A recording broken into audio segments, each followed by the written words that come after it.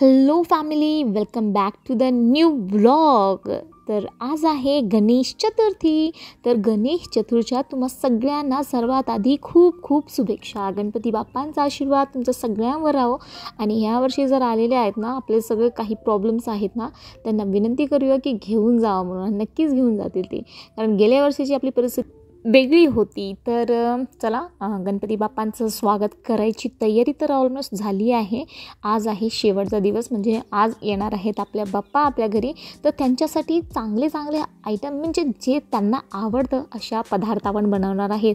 तर सर्वात आधी त्यांना मिक्स भाजी खूप आवडते, म्हणून मी मिक्स भाजी घेऊन आलेली आहे आणि ते मिक्स भाजी बनवलेलं आहे. आता तुम्हाला जे दाखवलं मी व्हिडिओमध्ये ते मिक्स भाजी होती, त्यांना ते आवडतं. आता बनवते उंदराची खीर, जे की त्यांना आवडते. तर उंदराची खीर ॲक्च्युली घरात ना गोड खातात पोरं, पण असं नाही. त्यांना मोदक द्या, त्यांना चॉकलेट द्या, त्यांना केक द्या, पेस्ट्रीज द्या, आईस्क्रीम द्या, असे सगळे पदार्थ खातील ते. पण गोड खीर वगैरे ना नाही खाणार ते. शिरा खातील ते, पण खीर नाही खात. स्पेशली हा उंदराचे, कारण एरवी तेवढं बनवत नाही, एरवी बनवतच नाही. गणपती जेव्हा बसले ना तेव्हाच मग मधातून 11 दिवसामध्ये कधी तर असं पहिल्या दिवशी तर कन्फर्म म्हणजे बनतं नक्की 100%, पण मधातून कधीतरी बनतं ते. पण असं एरवी कधी वर्षातून एकदा मी बनवत नाही. त्याच्यामुळे मुलांना ॲक्च्युली सवय नाही. तशी चांगली लागते ही खीर. थोडंसं तूप वगैरे टाकून, दूध, साखर, खोबरं, इलायची वगैरे टाकलं तर खूप छान लागतं, टेस्टी लागतं. मग थोडं बनवते मी, कारण मुलांना आवडत नाही, मग आम्ही दोघेच खातो म्हणून. तर आता स्वयंपाक माझा झालेला आहे ॲक्च्युली, कारण पूर्ण व्हिडिओ जर तेच स्वयंपाकाचं दाखवत गेलं की मग खूपच लेंदी होऊन जाणार आहे. तसं पण आज गणपती बाप्पा येणार आहे, तर त्यांची स्थापनेचा व्हिडिओ बघून. कुकिंगचं तर मी नेहमी तुमच्यासोबत शेअर करतेच. तर तेच पंचपक्वान्न, काहीच हे नाही, पण जे त्यांना आवडतं, जसे की चपाती, मिक्स भाजी, भात, वरण, उंदराची खीर, त्यांच्यासाठी मोदक आणलं होतं आणि सोबतच थोडे पापडं, कुरड्या असं काहीतरी बनवलं होतं. आता आपण कळस म्हणणार आहे. स्पेशली कळसमध्ये मी भरपूर जणांचे स्टेटस पाहिलं. काही जणांनी उजव्या साईडला मांडलेला आहे, काही जणांनी डाव्या साईडला मांडलेला आहे. तर मलासुद्धा कन्फ्युजन होतं, पण मी नेहमी जे बघितलेलं आहे किंवा माझ्या ह्याच्यानुसार जे असं वाटतं की आपण उजव्या साईडला बसवतो, पण आपल्या नाही, ते बाप्पांच्या उजव्या साईडला आपण स्थापना करतो. तर तुम्हाला काही असं ह्याबद्दल माहिती असेल तर मला कमेंटमध्ये नक्की सांगा. पण असंच आहे. तर आता बाप्पा आलेले आहेत. समर्थ आणि श्री हा दोघांचं थोडंसं तू मेमे झाला, कारण दोघांनाही जायचं होतं आणि गाडीवरती तिघांना, आणि ते बी बाप्पासोबत शक्य नव्हतं. त्यामुळे समर्थ गेला, कारण तो मोठा आहे आणि त्याला तो शक्य आहे की तो घेऊन बसेल, त्याचे चान्सेस जास्त आहे. म्हणून श्रीला घरी ठेवून गेला. त्याच्यामुळे श्रीचा तोंड आता भोपळासारखा झालेला आहे, म्हणून तो व्हिडिओमध्ये दिसत नाही. तुम्हाला दिसेल की तो बॅकमध्ये बसलेला आहे. आता तर सध्या बेडरूममध्ये बसला, नंतर मग बॅकमध्ये बसला. मग त्याला मस्के मारून थोडंसं बोलवलं गेलं की बेटा ये, थोडंसं व्हिडिओ शूट कर म्हणून. मग आलेला आहे तो. पण तुम्हाला नक्की दिसेल तो व्हिडिओमध्ये नाराज झालेला आहे. पण ॲट द एंडमध्ये तो चांगलं झालं, कारण मी त्याला सांगितलं की बाप्पा तुझ्या घरी आलेलं आहे आणि तू रुसणं असं रडत बसल्यावर ते निघून जातील, म्हणून थोडंसं ब्रेन वॉश केला त्यांना. तर त्याच्यानंतर बसलं तो. आता आम्ही काढत आहे बाप्पाची दृष्ट. खरंच माझा बाप्पा किती सुंदर आहे, म्हणजे सगळ्यांचेच बाप्पा खूप सुंदर असतात, पण अट्रॅक्टिव्ह मूर्ती असली की अजून थोडं पूजा करायला आहे का छान वाटतं असं. तर बाप्पा कसं वाटलं मला नक्की सांगा. आणि आता आम्ही बसवणार आहे, स्थापना करणार आहे. तर समजची अशी जिद की नाही, मी त्यांना आपलं घर दाखवणार आहे बाप्पांना. म्हणलं ठीक आहे चला. आता कसं मुलं लहान होते तर आपण जसं सांगितलं तर ते ऐकायचे. आता मोठे झालेत मुलं, आता ते जसं सांगतील ते आम्हाला ऐकावं लागणार आहे. म्हणलं की ठीक आहे, ऐका, पण अशा गोष्टी ऐका ज्याच्यामध्ये काही चुकीचं नाही आहे.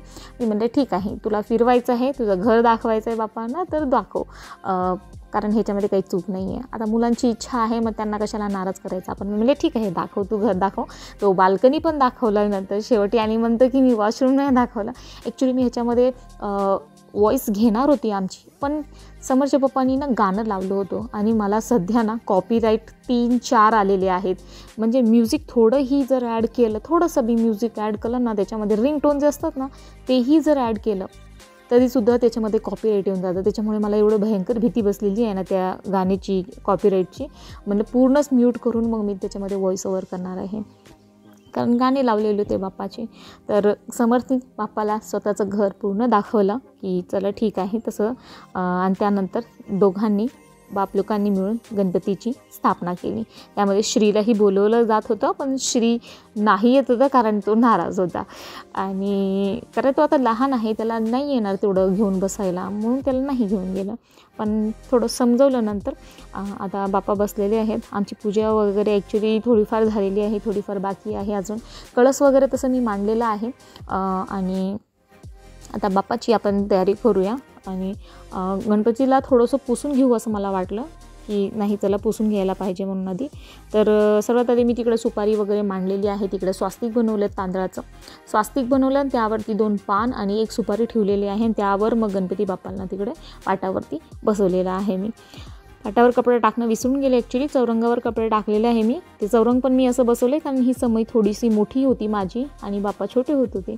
मग जर फक्त पाटावर मी जर बसवली असती बाप्पांना ना, तर समई डबल हाईटची झाली असती बाबापेक्षा. त्याच्यामुळे मग मी चौरंग ठेवून त्यावर पाट ठेवून मग बाप्पांना बसवलेलं आहे.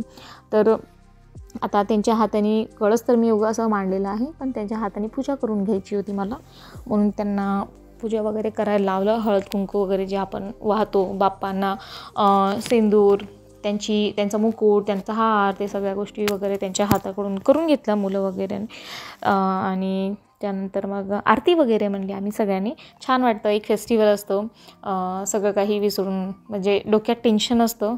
ॲक्च्युली हे सणवार येतातच त्यामुळे की आपलं माइंड फ्रेश व्हायला पाहिजे, आपलं ब्रेन वॉश व्हायला पाहिजे. नाहीतर तेच माणूस प्रत्येक आपल्या आपल्या कामामध्ये असतात.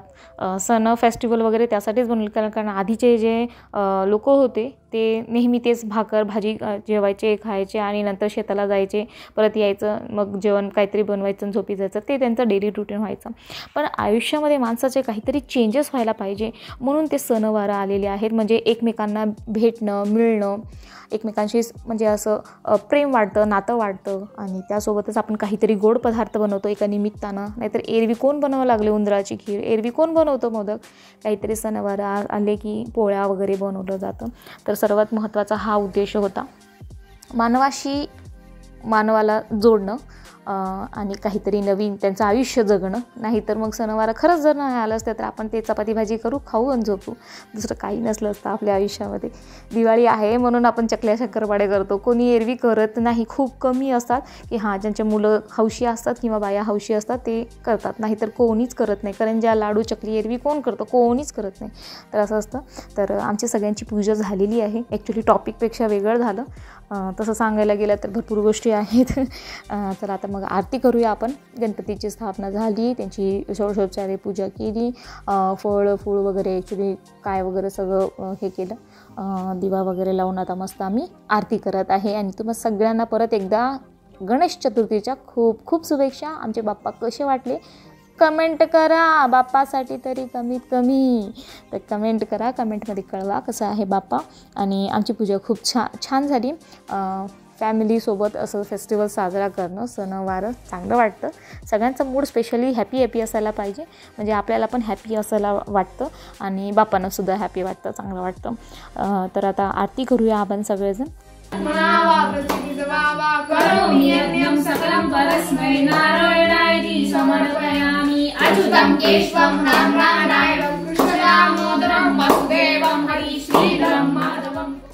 आरती वगैरे झाली, पूजा संपन्न झाला. आता बाप्पांना आपण नैवेद्य वगैरे दाखवूया. आणि ते नैवेद्याचं ताट लावलेलं आहे. तर श्रीला ऑलमोस्ट येतो नैवेद्य कसं दाखवायचं आहे. आज मी समर्थला शिकवणार आहे की नैवेद्य कसं दाखवायचं आहे. कारण आजकाल ना प्रत्येक गोष्ट, मुलं असो किंवा मुलगी असो, प्रत्येकांना संस्काराची गरज आहे. असं नाही की माझ्याकडे माझा मुलगा आहे तर त्याला शिकायची काय गरज आहे. त्याला पण धुणं भांडे यायला पाहिजे, त्याला नैवेद्य दाखवायला यायला पाहिजे, त्याला आरती म्हणायला यायला पाहिजे, त्याला चहा बनवता यायला पाहिजे.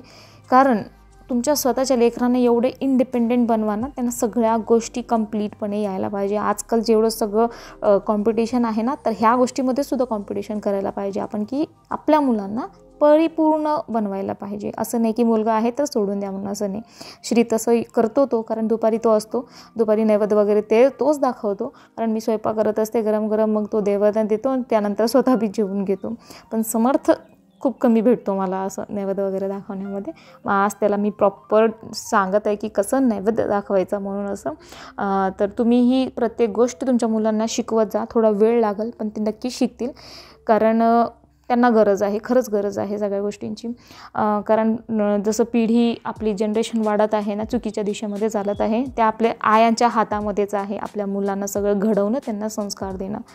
तर चला, बाप्पा आरती वगैरे झाली, मस्त नैवेद्य वगैरे दाखवला. तर आता मोदक खायचं आहे. सगळेजण मोदकची वाट बघत आहे आतुरतेने. फोटो घेतला, लगेच चालू झालं लगेच.